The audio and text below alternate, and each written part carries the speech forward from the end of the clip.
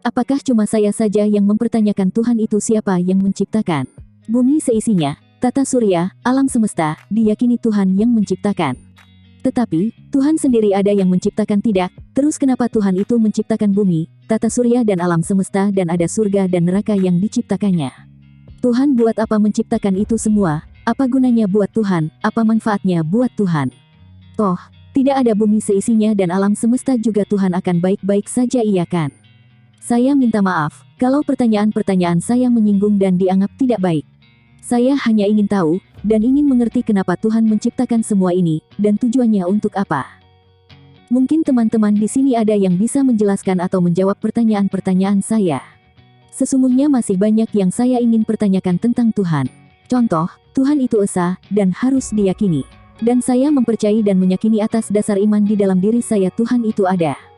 Saya berpikir lagi, jadi Tuhan itu saya sendiri yang menciptakan, atas dasar saya yang mempercayai, meyakini atas dasar iman saya kepada Tuhan.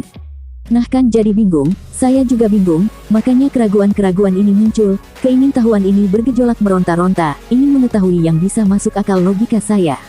Contoh lagi, listrik ada yang menciptakan dan ada yang menemukan dengan cara yang tidak disengaja, oleh satu ilmuwan dan dikembangkan oleh ilmuwan lainnya, sampai bisa dimanfaatkan sampai saat ini oleh manusia, dan listrik tidak gratis.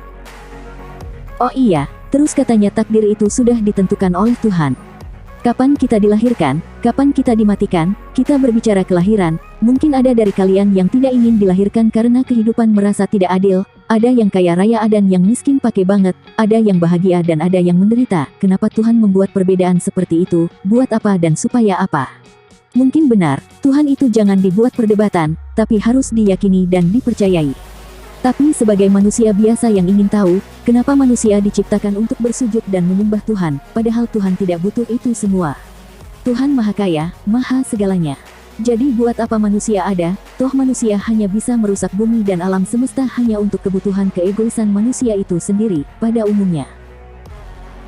Sekali lagi saya meminta maaf, jika pertanyaan dan pendapat saya kurang sopan dan kurang baik didengar. Kenapa saya membuat narasi dan video ini? Karena begitu banyak pertanyaan-pertanyaan yang saya lontarkan dan mendapat jawaban yang kurang puas untuk saya terima.